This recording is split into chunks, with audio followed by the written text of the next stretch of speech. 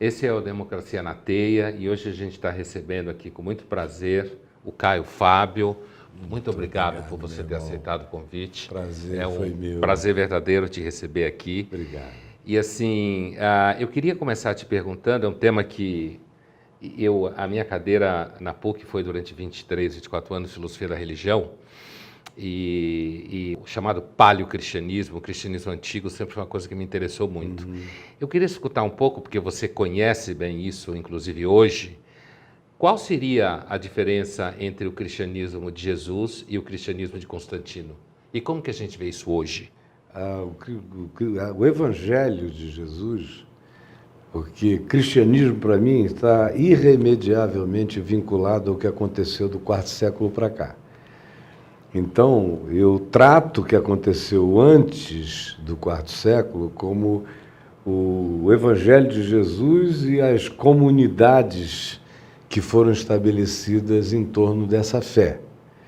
E que tiveram matizes diferentes, houve sempre participação de grupos filosóficos que se fascinavam com a figura de Jesus e queriam trazer Jesus e embuti-lo dentro dos seus processos filosóficos, como os gnósticos, que foram os mais intensos no fazer isto, mas ainda assim tinha uma linha e tinha um espírito de simplicidade, de solidariedade, de compaixão, de resistência ao poder romano, a uma tentativa de manter a singeleza de Jesus no processo, com variáveis de compreensão e interpretação e de hermenêuticas diferentes, mas você tinha esse eixo de simplicidade até chegar ao quarto século, quando Lactâncio, o escriba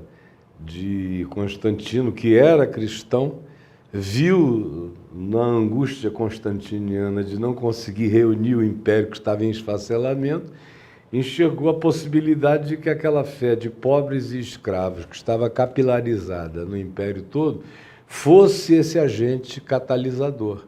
Então, a partir daí, quando Constantino entendeu esse processo e a história da visão, sobre esse signo vencerás e tal, faz parte do marketing dessa história. Porque o que ele viu mesmo foi a estratégia de unificação de um império em estado pueril, o que evidentemente veio a acontecer, e a corrupção que se seguiu a isso foi imediata, porque eram bispos pobres que viviam e tinham que trabalhar para se manter, comunidades pequenas, que de repente, aos milhares espalhadas, norte da África, Palestina, Europa, toda aquela região, Ásia Menor, antiga. Pois bem, ele viu que havia uma coesão, que existia a possibilidade disso. E ele ofereceu o status dessa, não só coesão, mas dessa amplificação daquele tipo de poder e persuasão. E foi aí que a coisa toda virou o que nós temos hoje. Desandou. Desandou completamente, de modo que o que se chama de cristianismo, para mim, é o pior inimigo do Evangelho.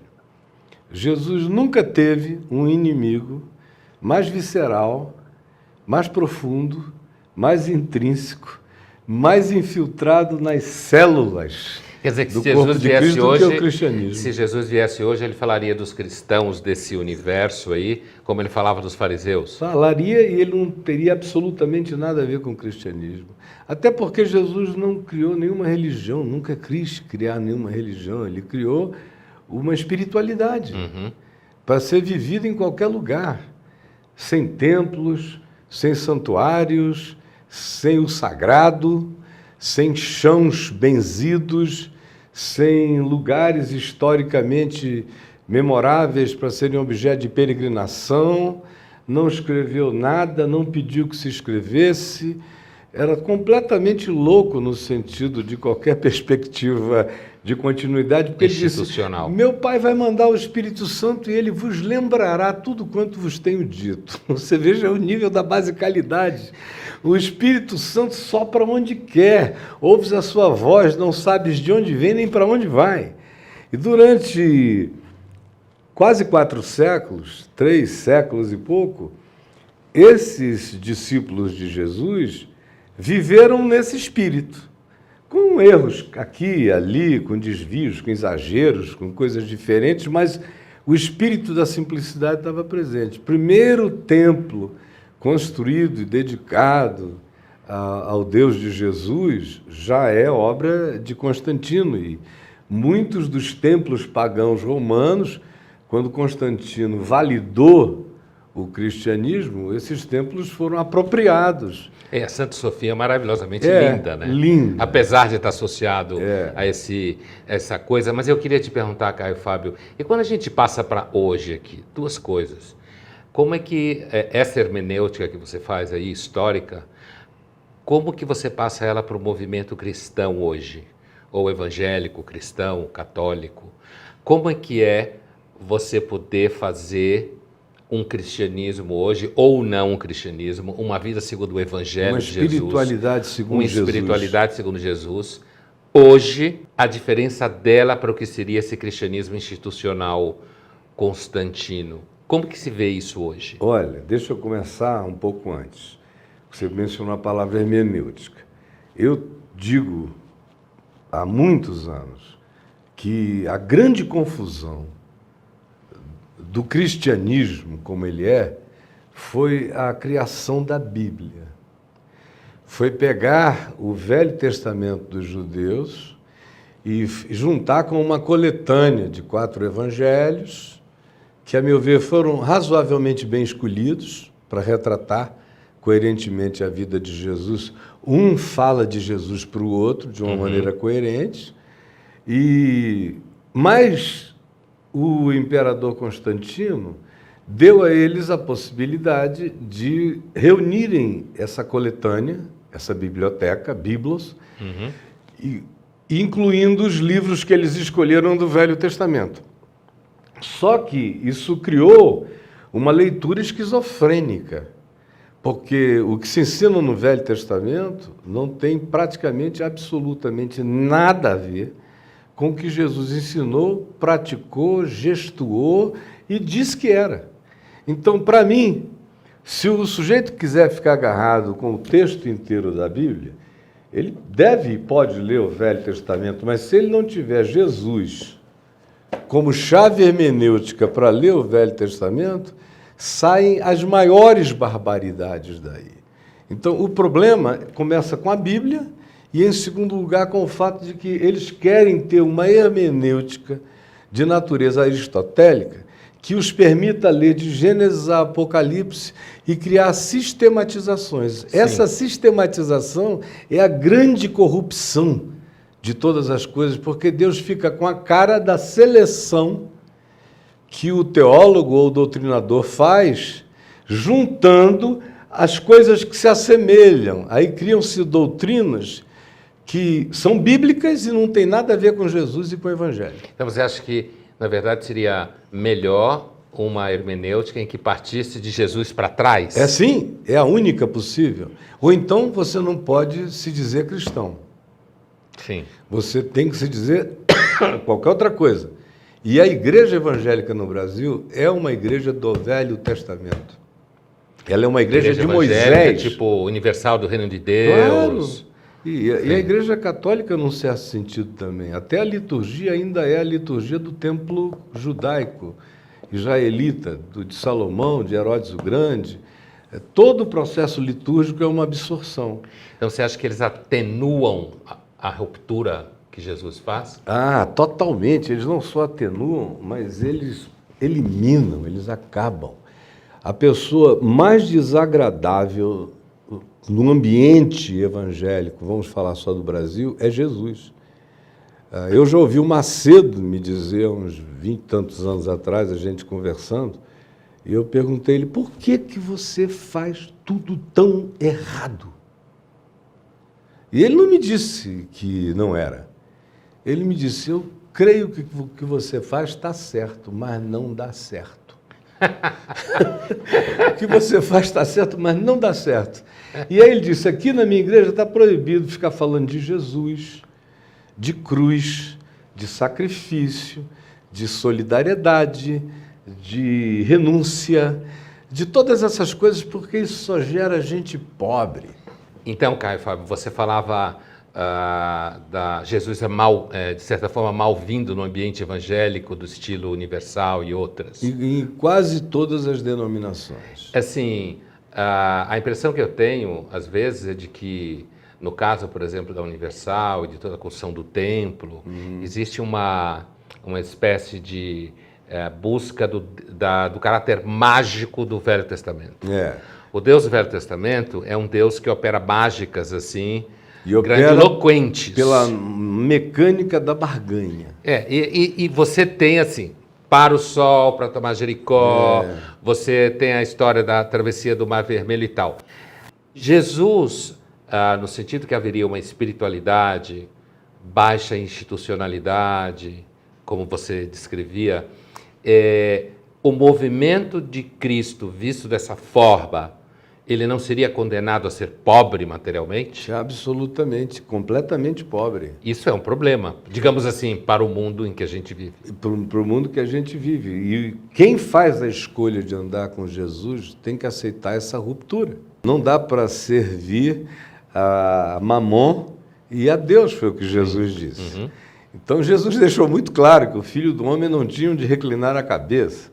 O poder que ele daria não seria poder do status quo, nem de qualquer política de qualquer natureza, era o poder que emanava do interior, da resplandecência da vida, do amor, da sinceridade, da justiça do reino de Deus, que transcendia em muito a dos escribas e fariseus e a do Império Romano. Então, as pessoas estavam sendo chamadas, aquelas que iam crendo, não para se alienarem, porque Jesus disse, por outro lado, vós sois o sal da terra, mas para se diluírem na sociedade humana.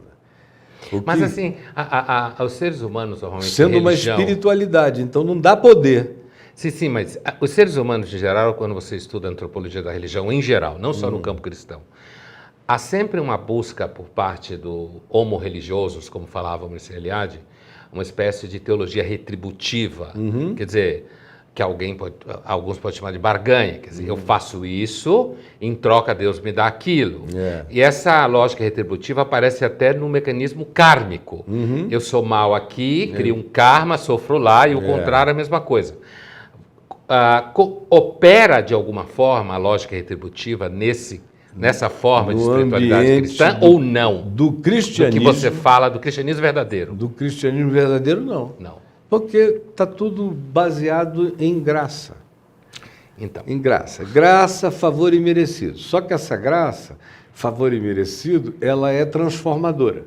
Se você entende que existir é graça, que o universo é graça, porque é criado ex nihilo, logo é trazido do nada, ele não tem mérito fenomenológico para existir, tudo é graça. Mas essa graça tem que frutificar. Como ela é graça que se derrama sobre mim, mas ela não é um conceito, ela é entendida como espírito, vida. Ela produz transformação, e essa transformação é frutificante em todos os sentidos. Mas não há uma barganha, porque o princípio da barganha é quebrado já na ideia e na certeza de que, se vem de Deus, não pode ter sido porque o meu mérito trabalhou nesse processo. E não é uma eleição para alguns, é um derrame extravagante de bondade para todo mundo, em qualquer lugar. E no meu caso especificamente, a minha tese de ordenação ao ministério presbiteriano foi a salvação fora da religião. A vida inteira eu enxerguei que a religião era um empobrecimento absurdo. Religião no sentido institucional, eclesial? Em qualquer sentido, porque a própria ideia de religião é do homem se religando a Deus. E no Evangelho é Deus vindo ao encontro do homem, o processo é invertido. Então, e como fica a tua origem presbiteriana caminho da graça. Eu já esperava que você trouxesse a graça como oposição a toda forma de teologia retributiva, mas como é que fica a teoria da predestinação para você? Para mim, sendo você de origem presbiteriana. Isso para mim e nada é a mesma coisa, porque foi uma doutrina trazida por pessoas que creram por razões diferentes nela, mas que eram seres de física newtoniana. Então, para mim, a física quântica acabou com essa história de predestinação, porque passado, presente e futuro estão em estado de simultaneidade. Sim. Então, essa designação linear da predestinação. Você tem um Deus lá atrás que aponta, aquele ali, tira para cá, tira para lá. Isso tudo morreu à luz da realidade e já tinha morrido nas Escrituras. Como Jesus disse quando os fariseus perguntaram a ele aquela pergunta cretina, eles que não criam em nada transcendente, os saduceus, não criam em nada transcendente, vieram com aquela história. Havia uma mulher entre nós que casou com um homem morreu.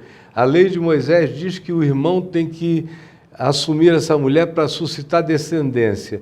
E assim eram 7 irmãos, ela casou com os 7 morreram.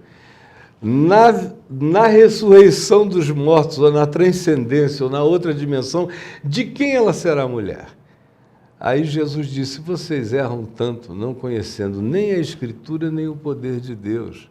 Nessa outra dimensão, a animalidade não tem essa perspectiva, é um estado de transcendência para além do animal, do casar, do dar-se em casamento, do processo evolutivo.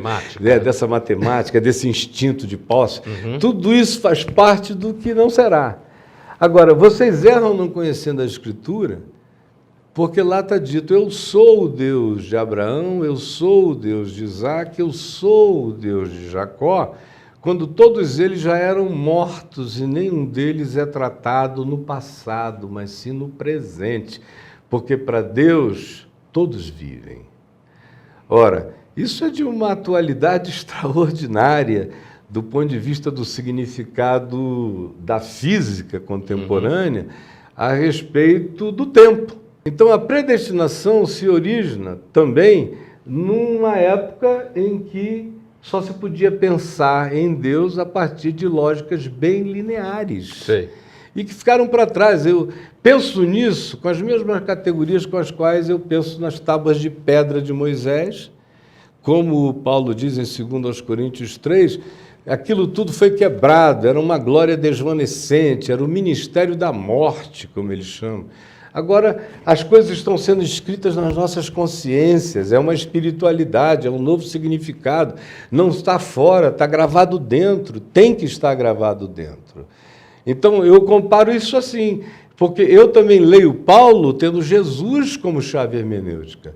Eu não uso Jesus como chave hermenêutica só para ler o Velho Testamento. Sim, mas eu leio Paulo a partir de Jesus, então se Paulo passa pelo critério de Jesus, fica. Se Paulo não passa pelo critério de Jesus, para mim sai. Ele vira, porque, de alguma forma, constantiniano. Assim. De modo que Jesus é chave hermenêutica, nesse meu olhar, para tudo. Não só para ler a Escritura, mas para olhar e examinar a vida. E tudo fica tão absolutamente conectado. Quanto mais a ciência cresce, para mim, mais o Evangelho se rejuvenesce e se reatualiza então, dia a dia. Você acha que em algum momento a ciência marcha... Estou pensando que na Idade Média você tem, num dado momento, uma grande polêmica entre aqueles que seguem Aristóteles e aqueles que acham que o Aristóteles vai, de alguma forma, esculhambar a recepção do cristianismo no mundo latino. Então, tem aquela polêmica da chamada dupla verdade. Então, a Tomás de Aquino, na direção da Igreja Católica, vai dizer que não, é uma verdade só, seguindo Agostinho, porque é um Deus único, e outros, como o próprio Brabant, filósofo aristotélico, vai dizer não, talvez exista a verdade do intelecto e a verdade da fé. Então você acha, Caio, que em algum momento ciência e fé se encontram? Acho que portanto, Agostinho tinha razão, a verdade só? Eu acho que doutrina e ciência não se encontram. Mas fé e ciência não se separam. Sim. Se você entra para fazer uma tentativa de conciliação da ciência com os dogmas da religião, aí então esse é um projeto que já nasceu morto, porque ambos os ambientes são dogmáticos, o da religião bastante, o da ciência nem tanto, mas também um pouco. Agora, o que eu vejo que é inevitável, e é uma verdade só, porque se há Deus e Deus criou todos os universos e dimensões possíveis, isso tudo tem que ser coerente com o ensino de Jesus. Não dá para ter uma esquizofrenia de nenhum nível. Tem que haver uma unidade crescente. E o que eu vejo é o seguinte, é que a ciência está evoluindo espiritualmente muito mais do que a religião. A ciência caminha cada vez mais na perspectiva de entender limitações de si mesma e tem sido extremamente mais humilde do que a religião. E justamente por isso ela está crescendo em percepção muito mais do que a religião consegue acompanhar. A humildade é uma virtude epistemológica fundamental. Porque humildade, humus, úmido, tudo isso é o que é um ser aberto para ser emprenhado, para ser fertilizado. Então, sem humildade, você não cresce em dimensão nenhuma, porque você perde o poder de ser emprenhado pela verdade, porque você fechou o útero com o dogma. Agora, deixa eu te perguntar uma coisa, mudando um pouco de assunto, mas não mudando. Gente, o Brasil nos últimos anos, e o debate político, trouxe muito à tona a figura do evangélico. Seja lá o que for esta figura do evangélico, né?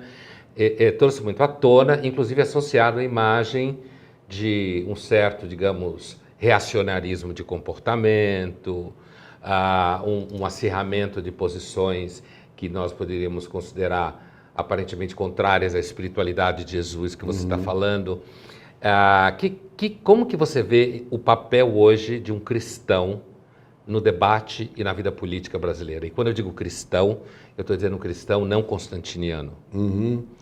Como é que fica isso? Porque a maior parte das pessoas, na tua apresentação, veem os cristãos como cristãos seguidores de Constantino. Como que você vê? Como que você enfrenta o preconceito contra o evangélico hoje no Brasil? Olha, eu criei, eu digo eu, com alguns amigos, mas eu estava à frente e fui o propeller principal do processo, a Associação Evangélica Brasileira em 1991. Por causa disso, os evangélicos não tinham um centro de convergência, completamente pulverizados. O que não fosse cristão nem espírita era evangélico por exclusão já.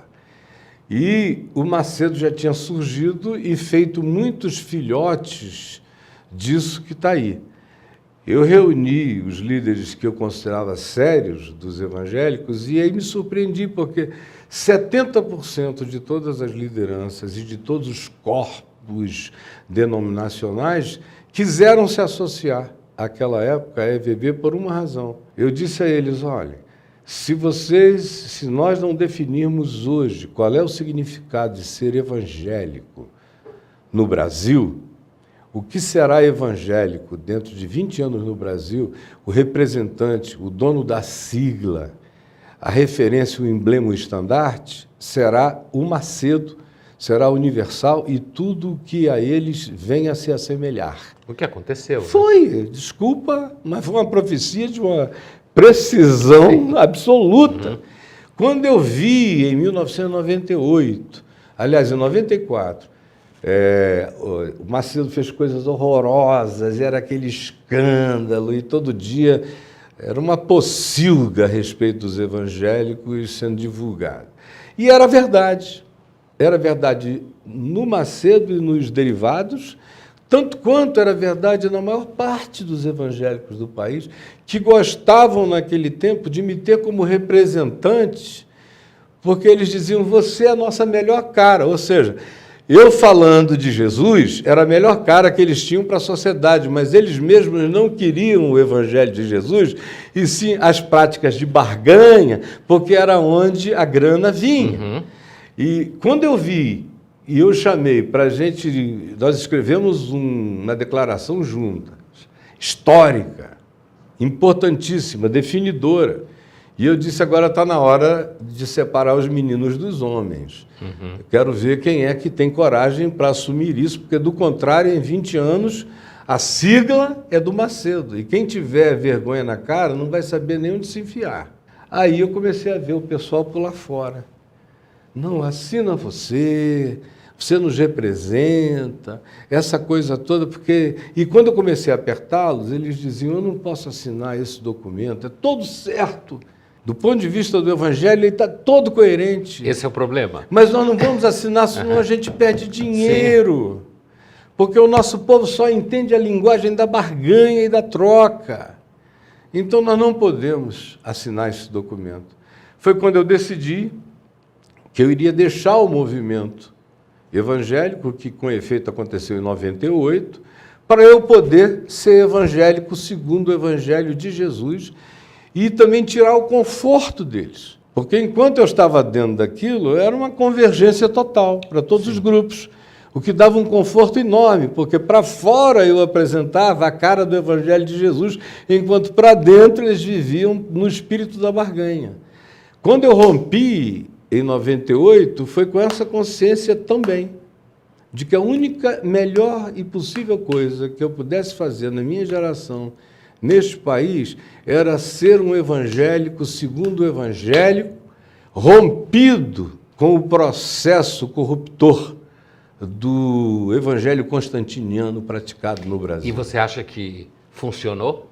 Não vai... Não para você, pessoa, mas funcionou em termos do combate à marca evangélica. A marca evangélica vai continuar, universal. Vai continuar crescendo, é um McDonald's, é um Burger King, é um negócio desse. Mac Jesus. É, Mac Jesus. Vai continuar crescendo, porque a estupidez não cessa, não é? Então, cada vez tem gente nascendo para ser estupidificada nesse processo. Mas o que eu estou fazendo não visa essa geração, eu estou trabalhando para os meus netos, eu estou trabalhando lá para frente. Vai chegar uma hora, e num certo sentido já chegou, em que todos os filhos e netos dessa pastorada que lidera essa coisa toda, eles me assistem todo dia, recorrem a mim todo dia, eles estão aprendendo uma outra espiritualidade porque eles não aguentam mais. Quase toda a família de pastor tem um gay, tem uma filha lésbica, que são esmagados lá dentro no evangelicalismo constantiniano. Sim. E no Evangelho de Jesus são acolhidos. Então, vai ser, à medida em que o tabu for rompido de dentro para fora, pela eclosão dessas novas gerações, haverá muito mais gente, como tem havido crescentemente, gente procurando o Evangelho primitivo de Jesus. Você veja que a segunda maior denominação do Brasil hoje, a primeira é a Assembleia de Deus, Convenção Geral, a segunda são o que os evangélicos chamam de os desigrejados. Sei. Que são mais ou menos 16 a 17 milhões de gente que saiu das igrejas, mas continua mantendo a fé. E eu pastoreio a maioria dessas pessoas. E o caminho da graça é isso. O caminho da graça caso desse. É uma alternativa para as pessoas irem, embora eu não chame ninguém para o caminho da graça, porque o caminho da graça é pequeno demais para lidar com essa multidão toda que já existe e virá. Eu estou estimulando todos os dias, essas pessoas a começarem o que eu chamo de reuniões singelas do Evangelho, que são reuniões em casa, famílias, comunhão, vínculo, para a origem, para a simplicidade de Jesus. Se o Evangelho não carrega o poder espiritual e a simplicidade de Jesus, ele não serve para nada, como Jesus disse. Se o sal não se dissolver, o problema do cristianismo é que ele não quer se dissolver. E Jesus disse que o que fosse igreja dele teria que se dissolver como sal. Ele foi claro quando ele disse: o sal no sal para nada presta, senão para criar um monturo. Um monturo. Então o cristianismo é um monturo desse sal. E a verdadeira espiritualidade é o que não se vê. são aqueles que vão se dissolvendo na sociedade. Então, deixa eu voltar para a resposta política.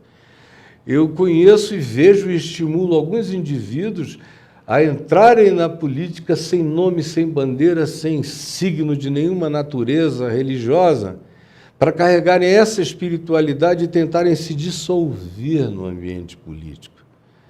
E aí, sem partidarismos de nenhuma natureza, eu acho que na política brasileira atual, a pessoa que melhor representa esse espírito é a Marina Silva, que é uma cristã, é minha vizinha, minha amiga, eu sei de quem eu estou falando, não é uma estranha de mídia para mim, é uma pessoa com quem eu oro. E é uma pessoa que tenta viver essa espiritualidade, se diluindo em todas as correntes da sociedade. Quem designa a Marina como evangélica toda hora é a mídia ou os inimigos dela, porque ela mesma não faz essa apresentação com nenhuma ênfase. E toda vez que ela menciona, eu digo, olha, não faz isso não, porque está trabalhando mais contra ti do que a favor. Porque os evangélicos institucionais, constantinianos, nunca vão te aceitar.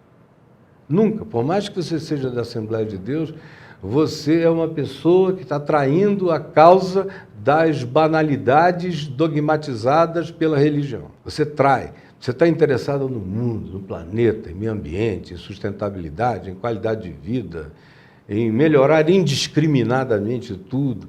Você não se põe nunca como despachante da religião em nenhuma perspectiva para cuidar dessas causas prioritárias. Isso não existe para você. A prioridade é a causa humana. Então você nunca vai ser entendida por essa geração. O público que vai gostar de ti provavelmente já vai te ver idosa demais para poder participar do processo, mas esse não é um tempo para você.